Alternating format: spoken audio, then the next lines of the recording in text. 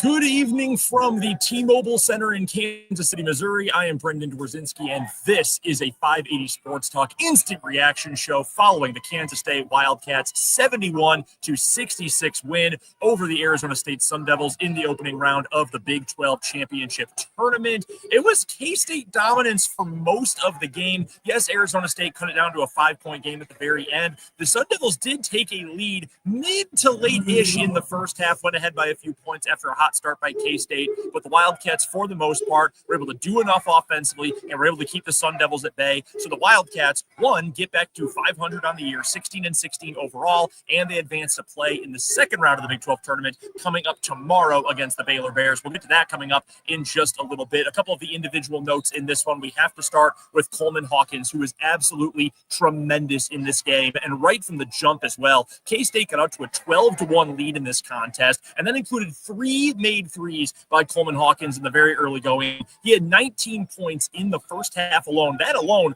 1 point off of his season high. Goes for 7 more in the second half for a season high 26. Tacked on 8 rebounds as well. Blocked 3 shots. He was playing decent defense, for Coleman Hawkins, not a stellar defensive player as we know, but all around a really strong effort by Hawkins. And I asked him after the game during the press availability, hey, look, this is obviously a big situation for you with your career winding down in college basketball. When you guys lose, your season is over. You're not getting an auto bid in the NCAA tournament. So what is going through your mind? What is your message? And how are you trying to be a leader in these moments? And he told me, hey, look, I told the guys before the game, if there's any team in the country that can do what we are tasked to do right now, it's this Kansas State team. And he went on to say that's what March is made for. And that last part, I certainly do agree with. Now, obviously, this is going to be an uphill climb for K-State and for Hawkins himself dealing with that broken leg if they want to end up making a run of any sort in this Big 12 tournament. But today, obviously, a really impressive start. We talked about that hot shooting start. K-State as a team,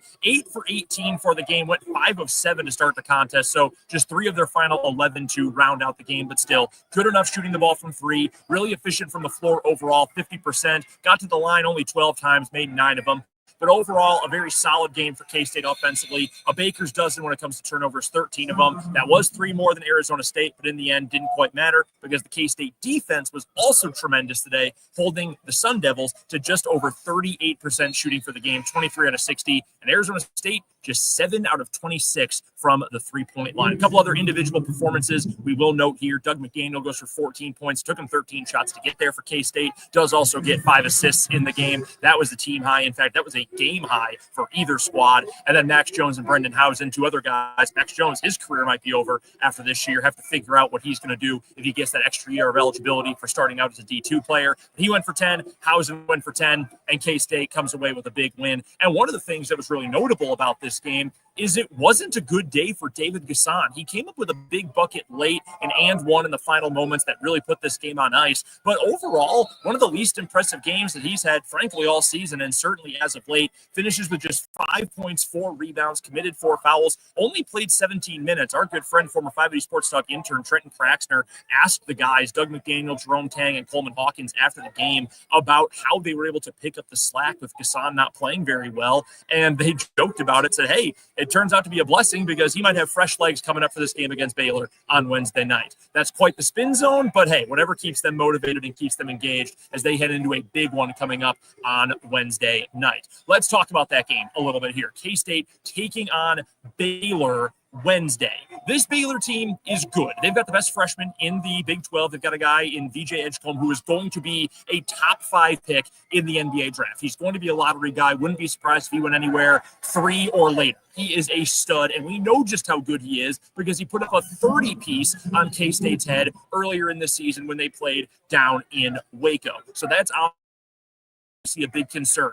Is there anybody for this Baylor team that outright scares you? Is there anything that completely worries you when it comes to this Baylor squad? Personally, I don't believe so. It's kind of funny for all the hand-wringing, and we talked about this on 580 Sports Talk on Tuesday, but for all the hand-wringing about Jerome Tang's coaching this season and even some of last year as well at K-State, Baylor has not really been the same kind of program since Jerome Tang left and became the head coach at K-State. I'm not saying, I'm just saying. So that's something to keep in mind. It's not the best Baylor team we've ever seen. Obviously, getting a little bit loud here. The second game of the night session is going on. Utah taking on UCF right now as we're doing the instant reaction show. But nonetheless, it is a winnable game for K-State. Would I pick the Cats to win this game? No, I would not. Baylor is a better team than Kansas State is. But is a win possible? Yes, it absolutely is. And like Coleman Hawkins said, it's March. It was made for these kind of moments. Let's get to the live YouTube commentary as we round things out. My co-host on 580 Sports Talk, Dan Lucero, chiming in, wants to let us know he's never said a bad word about Coleman Hawkins, and you can take his word for it now. I give Hawkins a whole world of credit in this game because he is the story of this contest, right? He's playing with the broken bone in his leg. He's got the big sleeve. You could tell we're up pretty high here at the T-Mobile Center, but you could tell pretty obviously that he is not right. He just has no explosion going off of that leg with the broken bone, but he was still able to make it shake today. So impressive. And again, with his college career on the line, certainly not an easy thing to do. Mark H on YouTube as well says, hey, good win for K-State. Jason, I want to make sure we mention this as well. We talked about it on the show the last couple of weeks. The court here at the Big 12 tournament, it's absolutely garbage. It looks terrible. It's gray. It's weird. The 12's on the floor. I don't like it. Unfortunately, we're going to have to live with it all the way through this coming Saturday. We're going to talk plenty more about the Big 12 championship coming up.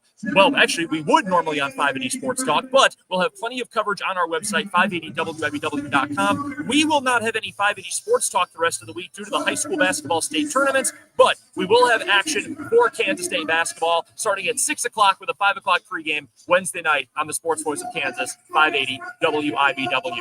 It is getting very loud here at the T-Mobile Center, so we're going to wrap things up. Until next time, this is Brendan Dzwierzynski saying so long after a Kansas State opening round win over the Arizona State Sun Devils, 71-66. K-State gets back to 500 on the year. Until next time, this is Brendan Dzwierzynski saying so long from Kansas City, and enjoy Wednesday night's second round action between Kansas State and the Baylor Bears.